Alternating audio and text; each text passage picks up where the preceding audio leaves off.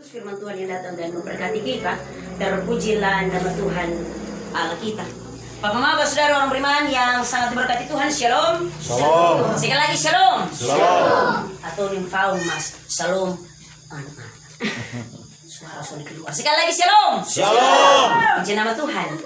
Suatu sukacita mengawali renungan kita malam hari ini. Jemaat Rayon 7 adalah jemaat yang kompak. Tentunya bahwa dalam segala pergumulan dan pelayanan selalu mendatangkan sukacita untuk saya tersendiri. Karena tua muda, kecil besar, laki-laki, perempuan pasti hadir semua. Kalau potong pakai daftar hadir, pasti hanya sesekali saja ada yang pakai tinta merah. Bapak saudara orang beriman yang sangat diberkati Tuhan, garam dan terang adalah dua hal yang tentunya berbeda. Dua hal yang berbeda. Kenapa sehingga saya bilang berbeda? Sudah ada hubungan antara garam dan terang. Garam untuk pakai memasak. Tentunya bahwa garam untuk mengasinkan, untuk memberi cita rasa bagi makanan, untuk mengawetkan makanan. Apa hubungannya dengan terang? Tetapi tentunya bahwa kedua-duanya merupakan kebutuhan yang sangat vital bagi manusia. Kecuali yang darah tinggi saya yang makan garam, amin. Amin. Tapi sedikit-sedikit juga curi kau makan, amin kok. Yang darah tinggi di sini salah yang darah tinggi. Ini kebutuhan yang sangat vital. Di dapur kau sudah ada garam, ini hari mama mulut boto-boto, son enak. Tapi juga tentunya bahwa tanpa terang maka kita tidak dapat menikmati siang. Raba-raba jalan dalam gelap, syukur-syukur kalau raba-raba tuh raba kena yang enak, kalau yang son enak sial betul ya bapak-bapak. Syukur-syukur kalau waktu raba-raba itu raba pas, kalau son raba pas juga sial ya bapak tentu. Tentunya kalau sekali lagi ini dua hal yang vital, artinya menjadi kebutuhan mendasar bagi manusia. Bapak saudara orang beriman yang sangat diberkati oleh Tuhan Yesus Kristus. Bagian firman Tuhan ini merupakan bagian khotbah Yesus di bukit. Kenapa sehingga Yesus tentunya menggambarkan kehidupan manusia diumpamakan seperti garam dan terang dunia? Karena ketika itu ada begitu banyak orang yang mengikuti dia. Ketika dia berkhotbah di bukit, ada yang ikut untuk mendengar. Mas Atoning sa, kalau khotbah lo leko. Jadi dong ikut itu hanya karena mau dengar Yesus berkhotbah. Tetapi juga tentunya bahwa ada banyak orang yang mengikuti Yesus ketika dia berkhotbah di bukit. Karena dia melakukan begitu banyak mujizat. Orang mau ikut dia karena mereka mendengar dan melihat dengan mata kepala dia ada bikin mujizat. Karena itu dong sudah puas dong mau lihat jalan terus. Tetapi juga supaya dong menelangi. Tetapi juga karena ikut arus orang. Sehingga di dalam ketika Yesus menyampaikan khotbah di bukit, ada begitu banyak orang yang ikut dan kemudian ada yang nangka. Karena hanya ikut arus orang. Ikut arus. Bapak saudara orang beriman yang sangat diberkati oleh Tuhan Yesus Kristus dengan firman-Nya. Tentunya bahwa motivasi orang mengikuti Yesus itu berbeda-beda. Ada yang benar-benar karena kebutuhan imannya. Tetapi ada juga yang karena kebutuhan jasmaninya.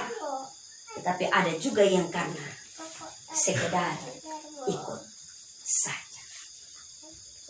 Karena itu melihat motivasi begitu banyak orang, maka Yesus memberi gambaran kehidupan kita diumpamakan seperti garam dan terang.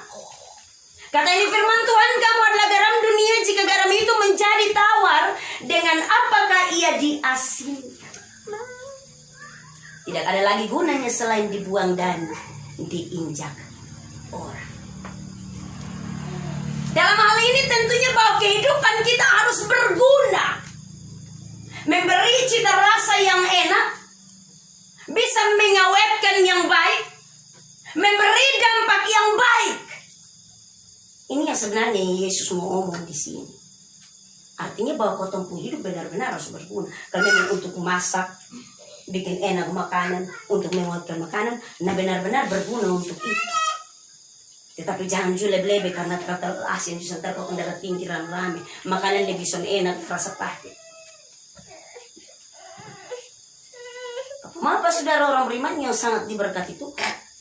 Tetapi dilanjutkan oleh Yesus, jika garam itu menjadi tawar, dengan apakah ia diasinkan? Menjadi tawar artinya kalau dia sudah berguna lain, percuma, sia-sia,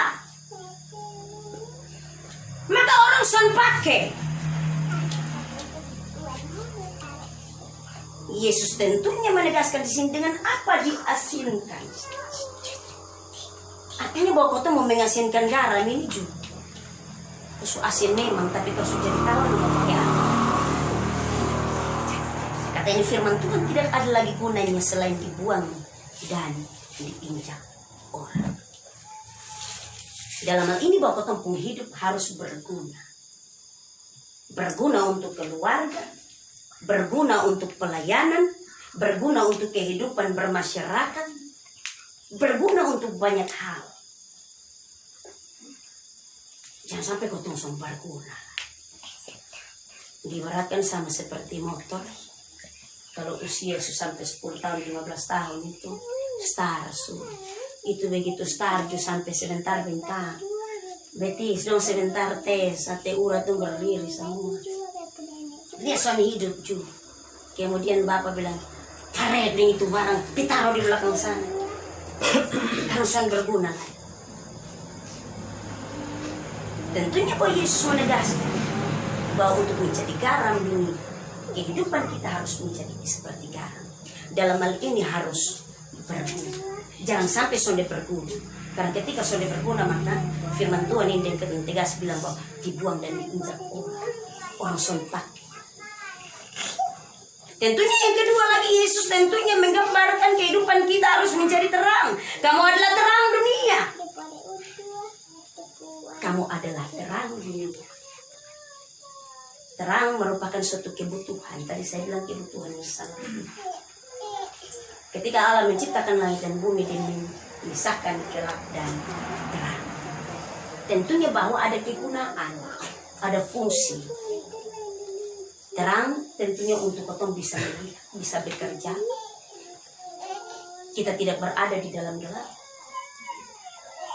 Dilanjutkan bahwa kota yang terletak di atas gunung tidak mungkin tersembunyi. Artinya bahwa sudah ada terang yang orang taruh di kolong tempat tidur. Kotong pun kehidupan harus memancarkan terang, menjadi teladan dalam kehidupan pelayanan, kehidupan beriman. Kita menunjukkan benar-benar bahwa kita sementara belajar untuk berpadanan dengan Kristus. Menjadi serupa. Harus menjadi terang. Menjadi terang dalam hal ini juga bahwa tentunya dalam keseharian hidup tiap-tiap hari kita benar-benar melakukan kehendak Allah dalam kehidupan kita. Jangan sampai kotong bilang kotong terang, tetapi orang sudah pelia sama kotong. Sama seperti kotong bilang kotong terang, tapi kotong terang karena pegang senter. Jadi kotong bisa kasih terang, tetapi kotong digelap. Senter begini orang lain yang dapat kotong pun terang, tapi kotong terus ada dalam gelap. Yesus menegaskan untuk kita perlu untuk menjadi terang. Maaf saudara orang beriman yang sangat diberkati oleh Tuhan Yesus Kristus. Lagi pula orang tidak menyalakan pelita lalu meletakkannya di bawah gantang, melainkan di atas kaki dia sehingga menerangi semua orang di dalam rumah itu. Berguna dan kemudian bisa menjadi berkat. Bukan hanya sekedar kita menyebut diri sebagai orang percaya, sebagai orang beriman, tetapi tentunya menunjukkan jati diri kita sebagai orang percaya, sebagai orang beriman. Kotong harus menunjukkan kotong pun jati diri yang sesungguhnya. Ya sampai kotong bilang kotong Kristen, mah Kristen di KTP. Kristen KTP itu bapak mama nanti begitu sampai di kantor polisi atau pencatatan sipil atau mau ke pegadaian, agama apa? Kristen Protestan. Oh. Tetapi itu di KTP nanti di gereja kotong tahu di yang mana. Di ibadah-ibadah kotong sentuh dia yang mana? Dalam persekutuan kotong sentuh dia yang Protestan yang mana? Ada kegiatan-kegiatan di gereja kotong sentuh hanya di KTP yang dia bilang Kristen Protestan. Itu sama dengan yang sembunyi di bawah gantang ini begini. Karena hanya di KTP. Bapak saudara orang beriman yang sangat diberkati oleh Tuhan Yesus Kristus dengan kebenaran firman-Nya. Demikianlah hendaknya terangmu bercahaya di depan orang. Demikianlah terangmu bercahaya di depan orang. Kata demikianlah ini artinya bahwa mengharuskan kita untuk harus menjadi terang. Demikianlah.